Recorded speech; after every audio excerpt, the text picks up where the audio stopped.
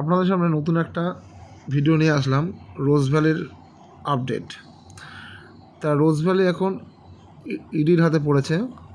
তো ইডি একটা বড় পদক্ষেপ নিয়েছে। আপনারা সবাই জানেন যে রোজ ভ্যালির টাকা ফেরত নিতে গেলে অনলাইন আবেদন করতে হচ্ছে। এখন অনলাইনে যে ফর্মটা ফিল আপ করতে হচ্ছে অনলাইন রোজ ভ্যালি এডিসি, ওখানে অনেক চেঞ্জেস এসছে।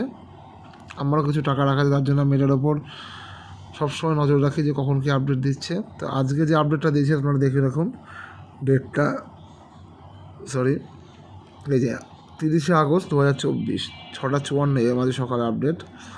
তো কী বলতে চলুন শুনে আসি। বড় পদক্ষেপ ইডির, রোজভ্যালিতে রাখা কয়েক কোটি টাকা ফেরত পাবেন আমানতকারীরা। বাংলা চিটফান্ড দুর্নীতির তদন্ত শুরু হয়েছিল বেশ কয়েক বছর আগে। তো বিভিন্ন চিটফান্ডে রাখা টাকা এখনও ফেরত পাননি বহু আমানতকারী।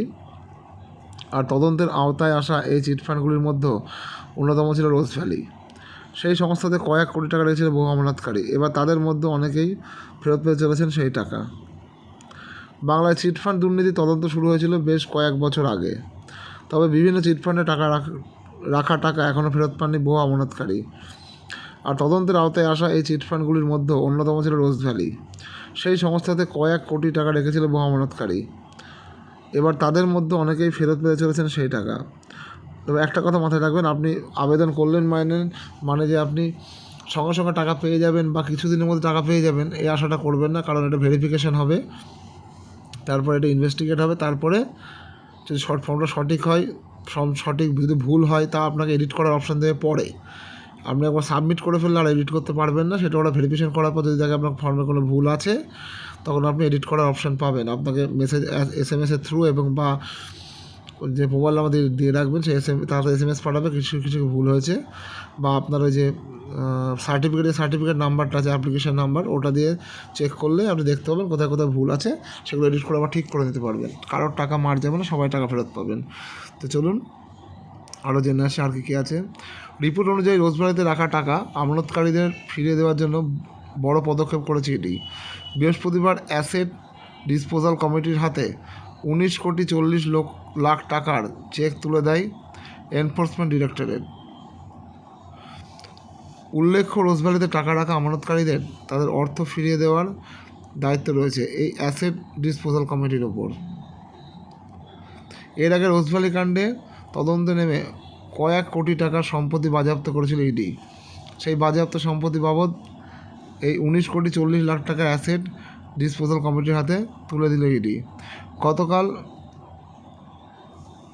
ব্যাংকো লেনে গিয়ে অ্যাসেট ডিসপোজাল কমিটির কর্তাদের সঙ্গে বৈঠক করেছিলেন ইডির স্পেশাল ডিরেক্টর, যুগ্ম ডিরেক্টর পদমর্যাদার কর্তারা।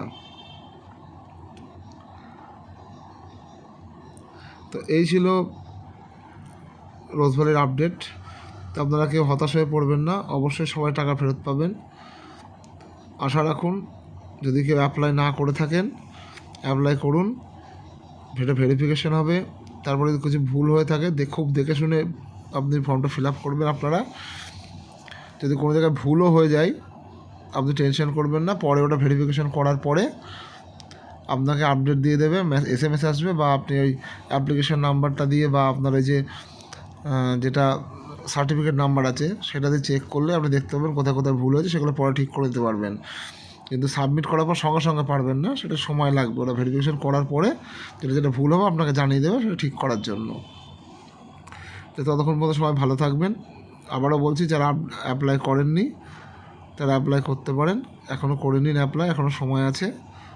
তো ভিডিওটা এইটুকুই। যদি ভিডিওটা ভালো লাগে প্রচুর পরিমাণে শেয়ার করবেন, যারা এরকম ক্ষুদ্র ক্ষুদ্র আমানতকারী আছে সবার কাছে যেন পৌঁছায়, সবাই যেন তাদের যে টাকাটা ফেরত পায়, যে টাকাটা রেখেছিল সেটুকুই যেন তারা ফেরত পাবে। এর বেশি কেউ আশা করবেন না, ফেরত পাচ্ছেন, এটা সবথেকে বড় কথা। ধন্যবাদ আমার এই চ্যানেলে এই ভিডিওতে ক্লিক মারার জন্য।